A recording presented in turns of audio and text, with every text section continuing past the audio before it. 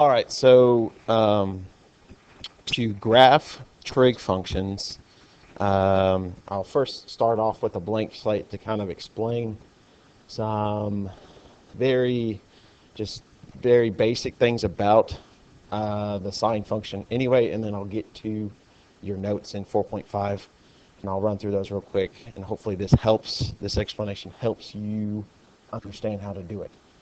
Okay, so the graph of y equals sine of x. Okay, so we're graphing sine. If you type it into your graphing calculator, it's kind of a wavy function, right? So it starts at the origin, it comes up, it goes down, and it finishes back at the x-axis. Okay, so this is what's called one period. So from here to here is one period.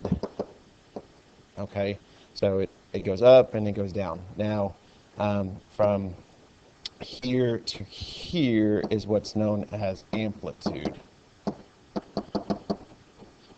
Okay, so it's how tall and how deep it goes, the graph goes during one cycle of y equals sine x. Now, your equations, and especially your equations that you'll see in your homework, okay, will be in the form of, they may not say this, but it's always those understood numbers, a sine of bx.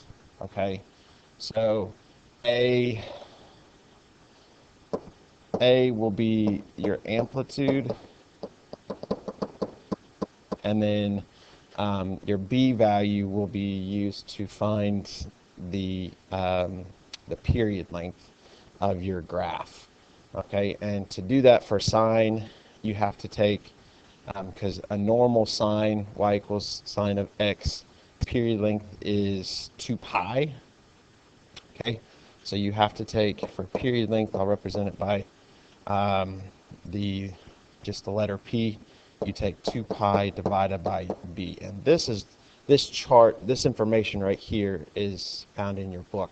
So hopefully that explains kind of that chart in your book.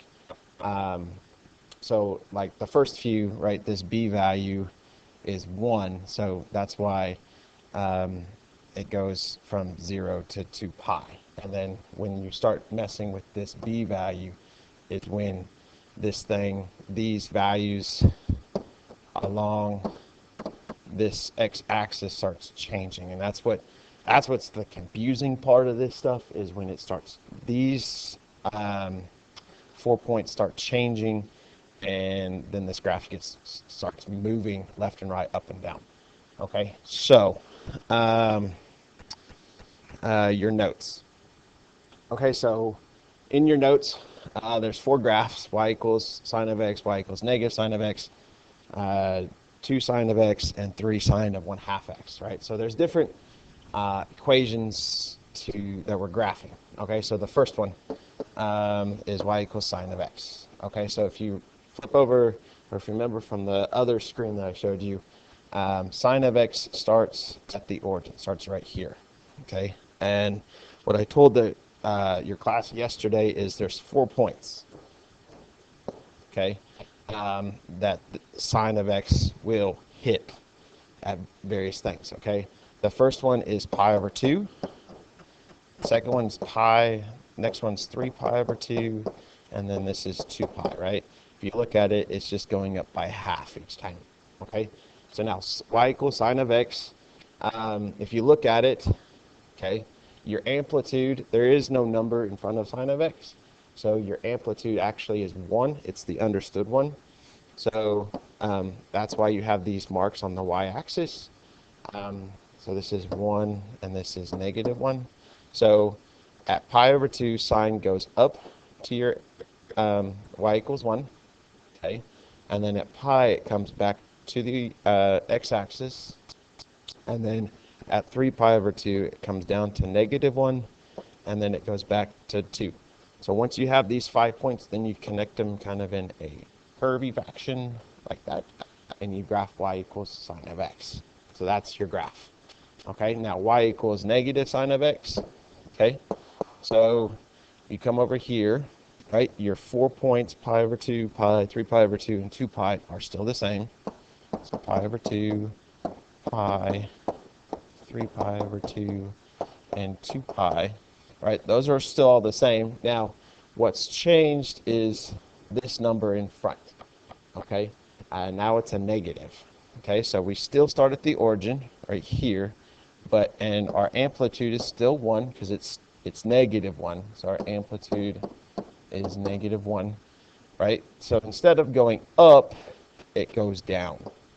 Okay, so you go down to -1, back to the back to the x-axis, and then up here, and then back down. So you connect. So all that happens is your graph gets flipped. Okay, so if you look between here and here, or the first two, the graph's just flipping. Okay, it gets flipped and does that. Okay, now what happens when you start changing, say you start changing your A?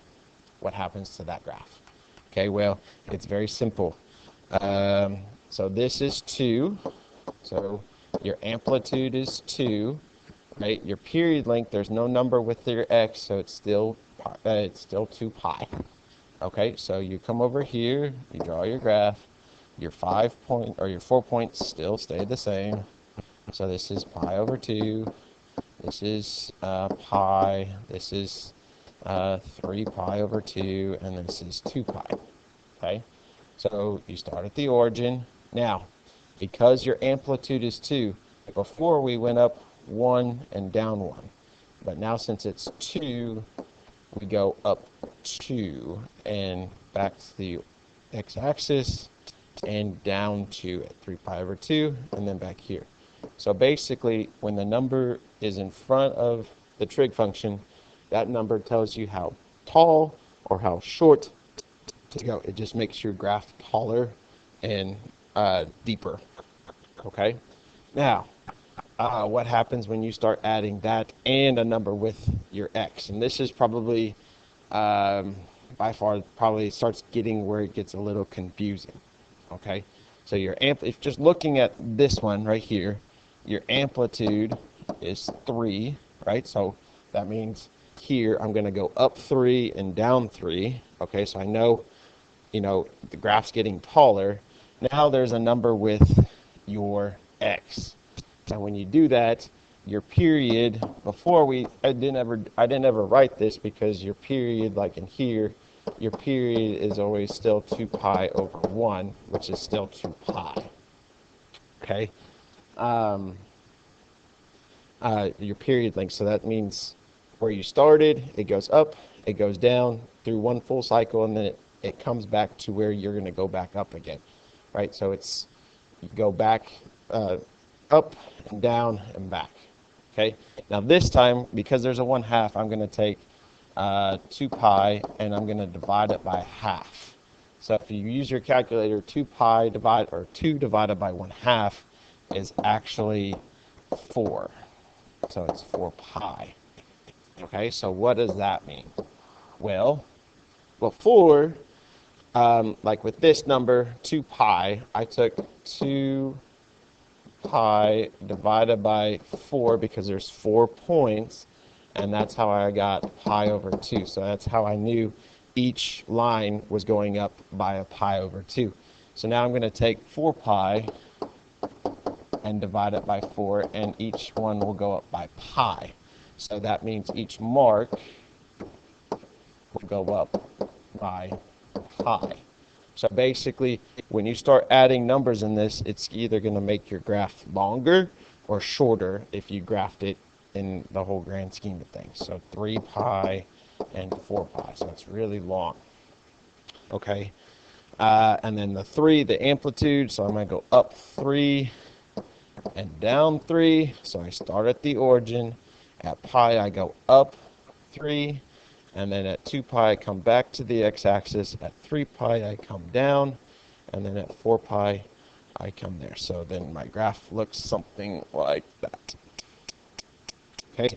Hopefully this helps. If this doesn't help, please let me know, and I can try to maybe re-explain it. Hopefully The more I do this, the better at I get at explaining this. Yeah, so there you go.